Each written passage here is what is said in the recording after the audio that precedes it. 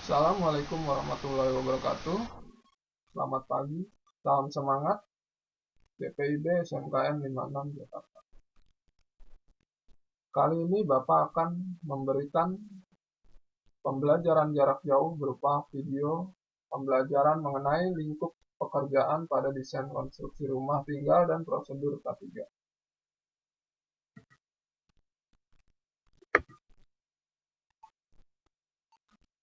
Nah, untuk materi pertama mengenai lingkup pekerjaan rumah tinggal, kita perlu mengenal elemen penting pada pekerjaan rumah tinggal, yaitu yang pertama adalah desain, atau baik berupa rancangan 2 dimensi ataupun 3 dimensi.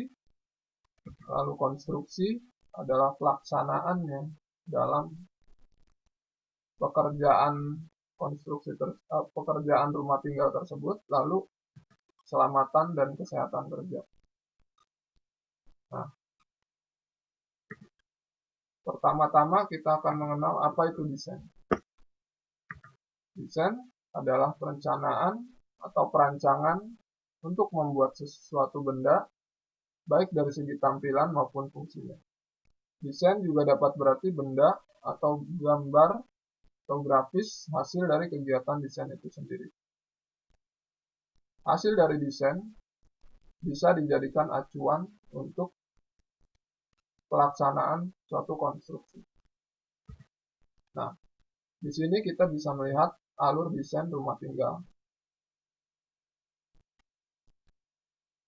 Dalam desain,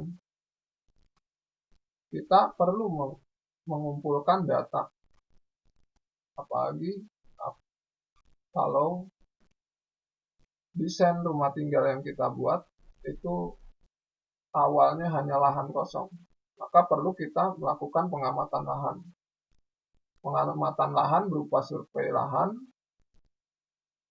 yang kita lakukan untuk mengetahui berapa panjang dan lebar lahan tersebut, agar kita bisa menentukan luas bangunan yang akan kita desain. Lalu hasil yang didapatkan ini akan mempengaruhi konsep yang akan kita bangun.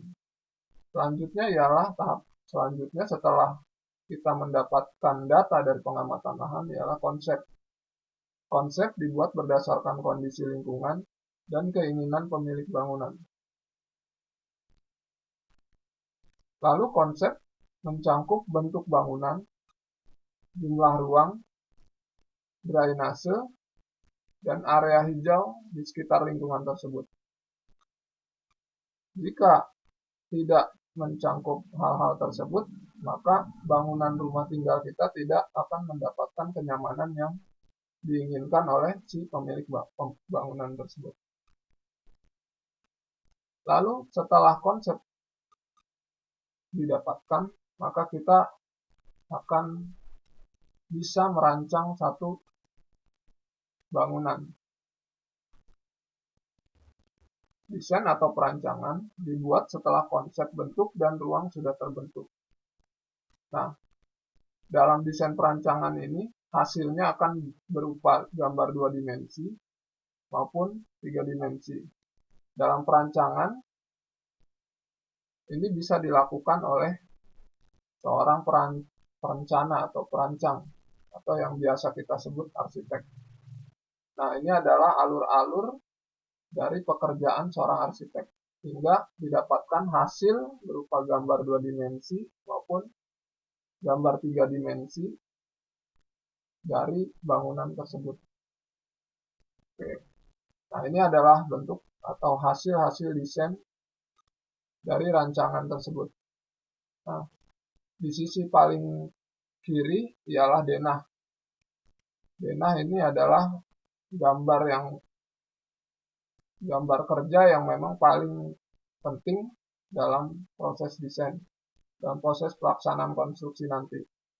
Karena di dalam denah ini harus terdapat semua informasi mengenai apa yang akan kita rancang, apa yang akan dikerjakan, dan hasilnya seperti apa. Lalu selanjutnya Gambar yang di tengah ialah gambar perspektif. Gambar ini perlu dibuat karena kita harus bisa melihat visualisasi secara 3 dimensi, namun dalam bentuk gambar. Jadi sang pemilik tahu bentuk bangunan yang akan dia bangun seperti apa. Lalu selanjutnya adalah perencanaan ruang dalam atau interior yang biasa kita sebut interior, gambar interior. Di sini akan menjelaskan bentuk ruang dalam rumah tersebut seperti apa. Nah, hasil tersebut akan kita berikan kepada pelaksana atau kontraktor selaku yang melaksanakan pekerjaan dalam membangun rumah tersebut. Dan juga tidak lupa kita berikan kepada pemilik rumah atau pemilik bangunan tersebut. Apakah ini sesuai dengan keinginan mereka ataupun tidak. Selanjutnya ini adalah alat yang digunakan dalam desain. Mungkin untuk arsitek yang memang dulu belum mengenal program-program atau aplikasi untuk mendesain, mereka umumnya mendesain menggunakan gambar sketsa atau mungkin gambar tangan ya, tapi dengan notasi, dimensi, dan juga skala yang jelas. Namun untuk periode sekarang, kita sudah mengenal banyak aplikasi-aplikasi dalam desain. Maka biasanya kita menggunakan perangkat ataupun alat ya, seperti laptop ataupun komputer ya. Nah, hasil dari rancangan tersebut akan berupa gambar. Nah, gambar ini dicetak menggunakan printer. Jadi, alat yang digunakan untuk saat ini ya, dalam merancang itu adalah laptop atau personal komputer atau PC yang biasa kita sebut PC, dan hasilnya akan dicetak menggunakan printer. Oke, selanjutnya adalah tahap selanjutnya adalah konstruksi. Apa itu konstruksi? Konstruksi merupakan suatu kegiatan yang hasil akhirnya berupa bangunan atau konstruksi yang menyatu dengan lahan tempat kedudukannya, baik digunakan sebagai tempat tinggal atau sarana kegiatan lain. Oke. Nah, ini adalah alur konstruksi rumah tinggal. Nah, alur konstruksi tetap di awal itu kita harus punya desain. Hasil desain ini berupa gambar 2 dimensi atau 3 dimensi yang bisa diaplikasikan atau bisa dipraktekkan menjadi sebuah pelaksanaan konstruksi. Nah, desain gambar tersebut dikerjakan oleh arsitek dan dibantu oleh drafter atau juru gambar. Atau bahkan bisa pemilik tersebut memberikan gambar sketsanya lalu dikerjakan oleh pelaksana atau kontraktor. Lalu selanjutnya adalah konstruksi struktur. Konstruksi dilakukan setelah gambar selesai dibuat. Nah, konstruksi dilaksanakan oleh kontraktor pelaksana atau mandor yang dibantu oleh tukang. Nah, konstruksi struktur ini meliputi dari mulai pekerjaan fondasi hingga pekerjaan finishing atau pekerjaan interior ya. Lalu selanjutnya adalah interior. Pekerjaan interior dapat dilakukan setelah semua pekerjaan struktur telah selesai. Interior mengacu pada desain gambar 3 dimensi yang telah dibuat. Jadi desain rancang ini untuk struktur biasanya menggunakan gambar 2 dimensi. Dan untuk interior ataupun pekerjaan eksterior, dia menggunakan gambar 3 dimensi. Oke, ini adalah contoh dari proses konstruksi rumah tinggal. Mungkin alur pertama adalah pekerjaan fondasi, lalu alur selanjutnya adalah pekerjaan kolom dan dinding, lalu pekerjaan selanjutnya adalah pemasangan kusen ya. Setelah pemasangan kusen dan dinding sudah dikerjakan, maka pekerjaan atap, lalu selanjutnya pekerjaan lantai, tangga, dan mungkin plafon terakhir.